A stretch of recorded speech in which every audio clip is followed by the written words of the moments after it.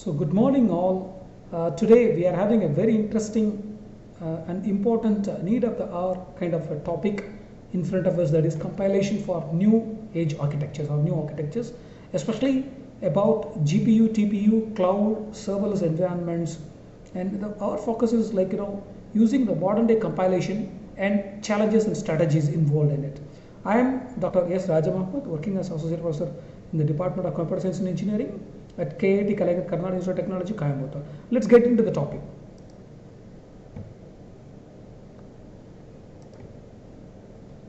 Now, the motivation is there are traditional compilers available which will be targeted towards CPUs, central processing units, which is commonly known by everyone.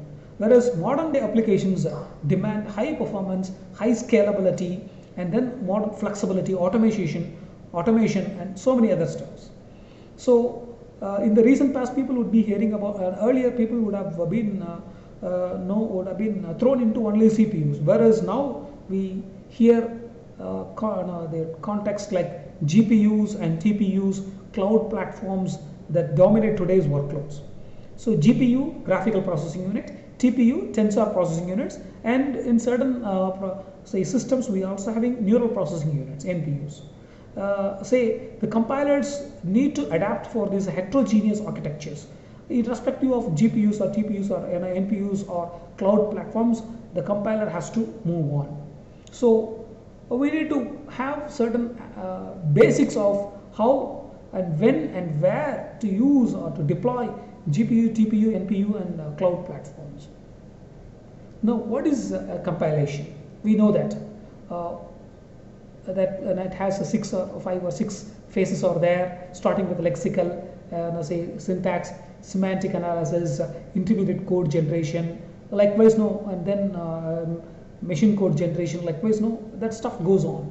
Whereas new types of architectures that are being used in modern day computers having a different set of compilation procedure.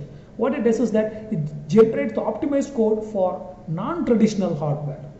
Like a standard CPU or a GPU would be in a system or in a desktop or in a physical place where it is placed, which is a traditional one. Whereas a non-traditional kind of whatever we use in mobile or smartwatch or a smart device or a goggle or something like that, AR/VR tool or a wearable device, everywhere the optimized code need to be used. So what we need to do is we need to exploit the parallelism and the acceleration, the pace at which processing is happening, and at the simultaneously the parallel several operations will be happening in tandem. So exploiting the parallelism and then accelerating the speed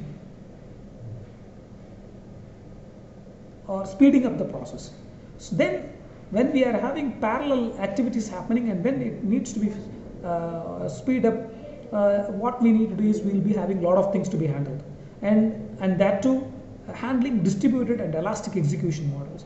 It has to process n number of activities parallelly, and then also at the simultaneously allowing more data to come in and also more data to go out by preferring an elastic execution model. Now our focus is based on performance and energy efficiency. That means improving energy efficiency and then the scalability also. So here performance in terms of time and space, energy efficiency in terms of compiler time or the number of cycles used, and then scalability in terms of how many tokens or how many such activities or a processor are completed in one specific time unit, like that. So what are the challenges we face in compilation? That is massive parallelism. For today's trend, the processing needs to done in split second of time or compilation. Now that's the expectation of the people or more, today's crowd. So massive parallelism is involved, and then hierarchy of memories. Earlier we used to have only one memory. Now we are having cores, or rather we call it as segments of memory divided, and each segment can be written and then can be read in different perspectives simultaneously. So that leads to heterogeneous hardware, means multiple hardwares of different manufacturers, different categories are going to work together. And then the dynamic and ephemeral execution of environments. Say execution happens in a dynamic mode and also ephemeral. Means when required it will be used, and then when it is not required it will be kept outside, out of equation. Then the GPU architecture overview, where thousands of lightweight cores are there. Memory is divided into cores, and each core can process n number of execution segments. Each will be have a process or executing its own set of codes. So another thing is SIMT, that is single instruction multiple threads. You will be actually executing a single instruction, but that single instruction will be having multiple threads, a single process itself will be having multiple instances. Then all these SIMT are done to speed up the process. Hierarchical memory, global memory or a shared memory or a local memory, which is best suited for data processing. So what we need to do is we need to find out the best suited for parallel data processing based on the workload of the system. Then GPU compilation. The GPU compiler translates the code into the kernels, and then it will identify whether the thread or a block mapping decision to be used based on the decision made by the user, and then providing memory access optimization. As we are talking about graphical processing unit, especially when you are using a gaming compiler or a gaming engine, which need to access a lot of images in the background and then provide it for the user to cherish the gaming. So that involves a lot of data processing, parsing and analyzing and other stuff. Some examples what we might have come across is CUDA by Intel, OpenCL, LLVM based GPU compilers. These are the stuffs which we know that. Then comes the TPU, the most sought after tensor processing unit, which is a kind of a chip hardware provided by Google, and that can be brought and then can be attached, or a kind of USB kind of a stuff that can be inserted into any device, which is specialized for processing matrix and tensor operations, especially in deep and machine learning applications. And then systolic array based computation can also be experienced using TPUs. Then optimized for, this is exclusively optimized for machine learning workloads. As I said earlier, many of the crowd handling stuff and all are used using TPUs, crowd controlling or crowdsourcing kind of applications use TPUs. Then TPU compilation, it comes with a high level machine language models, ML models, and that are compiled into the TPU instructions, then leading into graphic level optimizations. As I said earlier, that whether an object is a human being or an object or a simple cycle or a bus or a bird or whatever it is. Then the operation, fusion and quantization depending upon the application's requirement. So here we go with a tool called XLA, that is accelerated linear algebra, and that helps us in processing huge amount of images or audio video files using TPU. Then comes the cloud and serverless environments, where the code runs on the remote or a virtual machine, that can be realized in terms of virtual mode only, where not in a physical mode, and there won't be any control over the physical hardware. So since it's a virtual one, we can realize it, but we cannot touch and feel it. So it is a virtual hardware kind of stuff.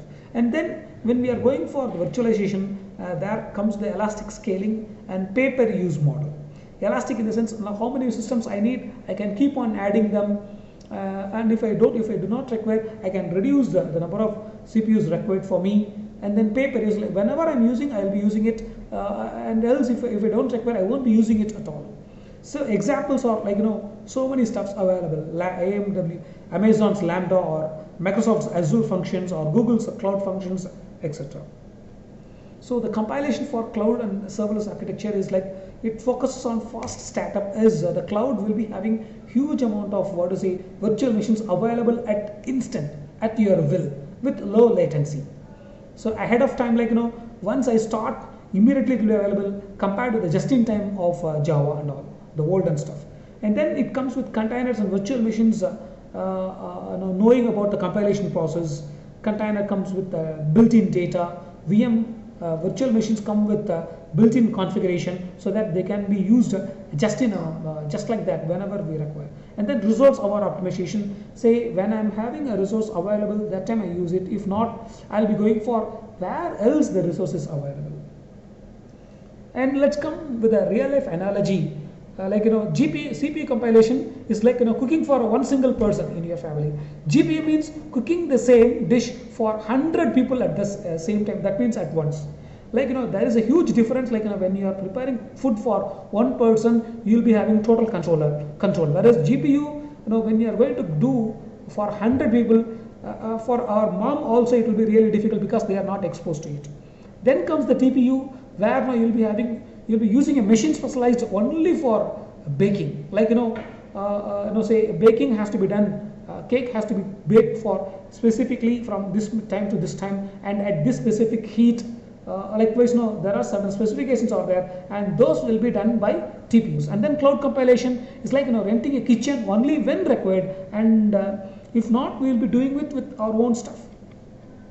So this will serve as a real example for you to understand this stuff. So then comes the unified compiler framework, which is a huge tough ask.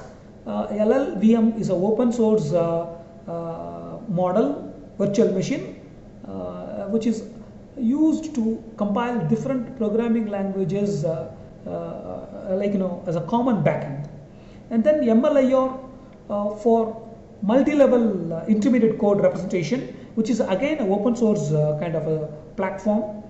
And obviously there is a huge difference between LLVM and MLIR. So now what it does is that it enables us in targeting CPUs, GPUs, TPUs or NPUs or accelerators based on case by case, and it provides flexibility in terms of in terms of programming, and that means by improving portability and reuse. Now the key optimization techniques involved is like parallelization, since we have to do multiple processes, and then vectorization, where exactly we need more acceleration, more importance to be given in a segment of code. And then memory causing, when exactly while processing the GPUs, which part of the data need to be given more emphasis. And then kernel fusion followed by lazy loading and cold start optimization. Say the hot start optimization will be available in cloud based, whereas in physical machines we will have a cold start optimization. Where exactly we use these modern day architectures, especially in deep learning and AI workloads, where common human being cannot work with what is a scheduled one, rather they'll be going for a deep learning and AI based tools. Scientific computing, which involves constant computation over a time period, or there won't be any timing at all sometimes. And then especially in terms of big data analytics, like Meta or Google kind of application, corporates. And then cloud native applications like Docker or Kubernetes. And now finally into the summary, the new architectures demand new compilation strategies, and which GPUs focus massively on parallelism, whereas TPU is mainly based on machine learning ML specific optimizations. And then the cloud and serverless focuses on scalability and latency. So hope you have enjoyed today's session. Thank you.